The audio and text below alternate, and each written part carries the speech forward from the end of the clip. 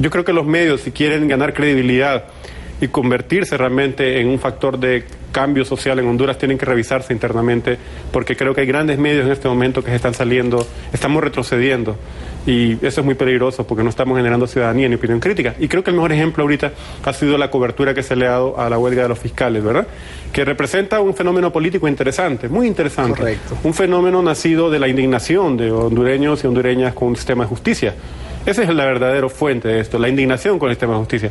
Y sin embargo, han habido medios que han denigrado esto diciendo que esto es pagado por el gobierno de Chávez, que es pagado por el gobierno, que hay narcotráfico adentro. Y gente que no se ha tomado mucho la molestia de ir a los bajos del Congreso para haber visto la solidaridad, el calor popular que hay en esa demanda. Nada es perfecto, siempre hay riesgos, pero hay sociedad, hay ciudadanía, algo que hemos perdido.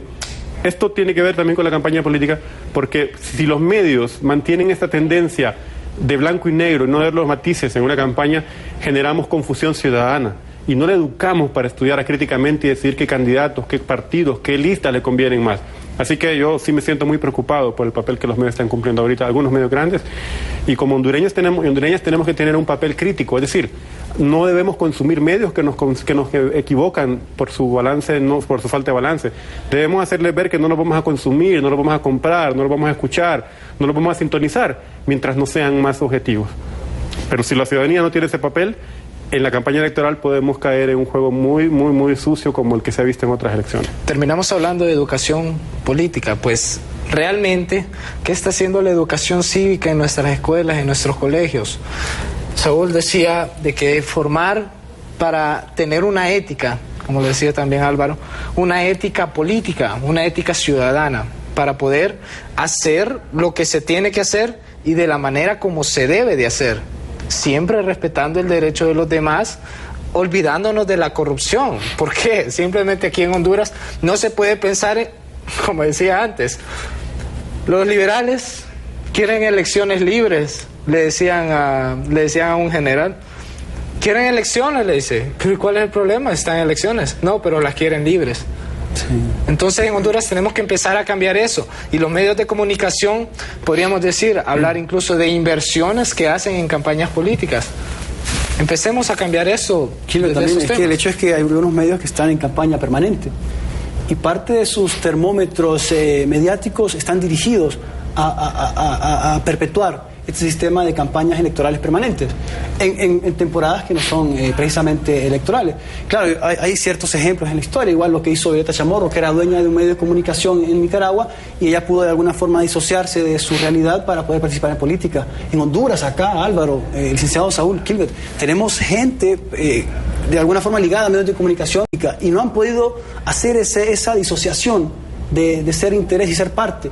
Entonces ahí es cuando entramos en ese tipo de paradojas, claro, de que mi beneficio también está correlacionado con el desbeneficio de otros, y en este caso los desbeneficiados en la mayoría somos los hondureños al prestarnos al juego de las falsas percepciones o de las encuestas. Licenciado Saúl, hablando de este tipo de juegos políticos previo a la temporada electoral, cuando se empiezan a hacer balances de opinión o se empiezan a hacer encuestas de percepción de voto y todo ese tipo de cosas, ¿cómo debemos comportarnos los hondureños? ¿Tenemos en realidad que prestarnos a ese tipo de encuestas? ¿Tenemos credibilidad en esos medios? ¿Qué tenemos que hacer? Bueno, un punto importante es que la ley electoral ya establece que en qué momento deben hacerse las sondeos de opinión y quiénes deben hacerlo, porque previo a hacerlas hay que inscribirse en el tribunal.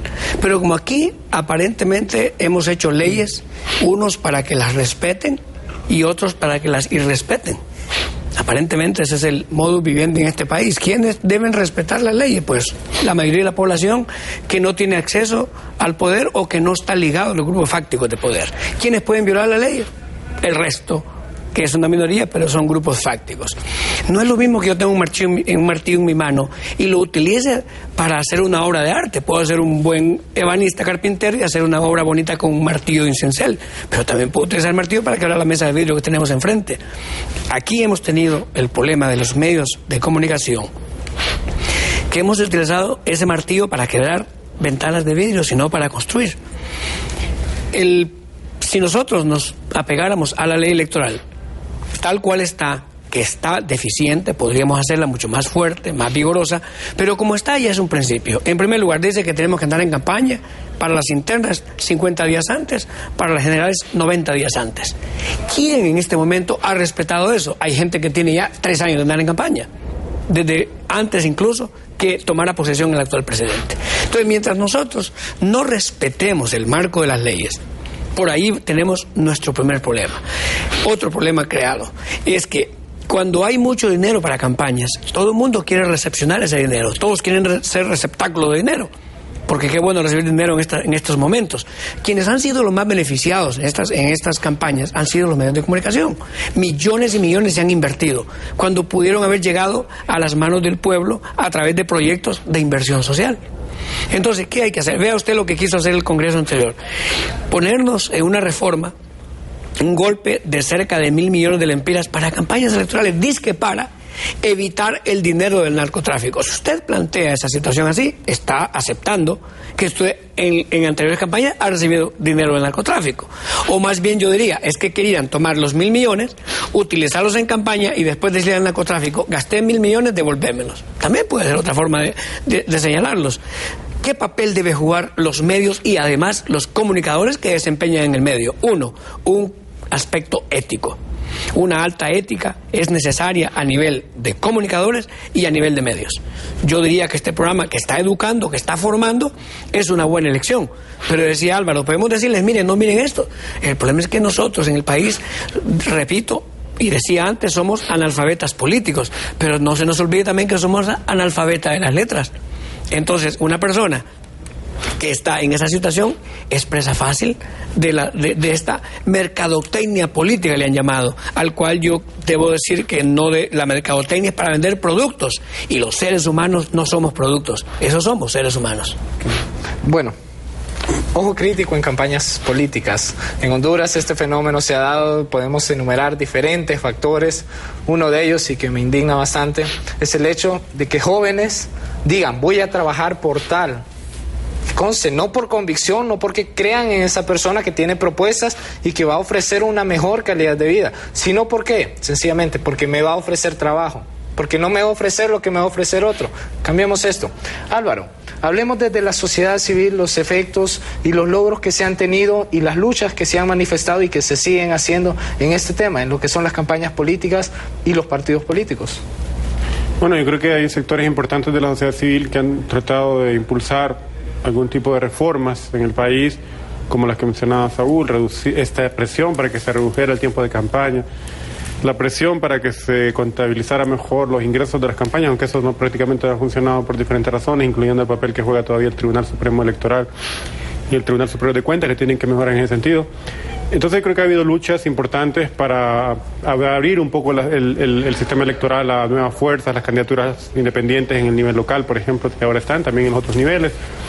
En otro momento las luchas por el voto domiciliario, la papeleta separada, o sea, hay una serie de luchas, pero no hemos logrado cristalizar un esfuerzo que permita desentar el órgano que controla las campañas electorales, que es el Tribunal Supremo Electoral. No hay garantía. Ya sabemos, pensábamos que iba a mejorar con ya no tener representantes de cada partido, pero se convirtió en un tripartidismo. Y eso es peligroso, es nefasto, y no hemos visto que sea una voluntad política de los partidos para corregir eso. Lo que se quiere es un organismo profesional, donde sus magistrados no tengan un vínculo tan directo con los partidos, sin perjuicio que puedan tener su simpatía partidaria o militancia. No hemos logrado eso, y mientras eso no se logre, seguirá siendo débil el control que hace el Estado a través del Tribunal Supremo Electoral de las campañas, en cuestión de financiamiento, en cuestión de cumplimiento de legalidad, etcétera. Y bueno, con esta valoración, Kilbert, y haciendo el llamado a nuestra audiencia, acompañada del licenciado Álvaro Calix, Saúl Hueso, Kilbert Cruz, servidor Tulio Quirós, al regresar, usted aquí va a poder saber qué temas de campaña vamos a anticipar, a cuáles temas de campaña se pueden tergiversar para ser utilizados perversamente en la campaña electoral, para que ustedes, jóvenes, mujeres, adultos y niños, estén al tanto y estén alerta de cómo enfrentar esta campaña electoral. Esto es después del corte, esto es Alternativas. Mande un mensajito al 9230 y participe en la rifa semanal de Documentos para la Historia de Honduras del poeta y escritor Roberto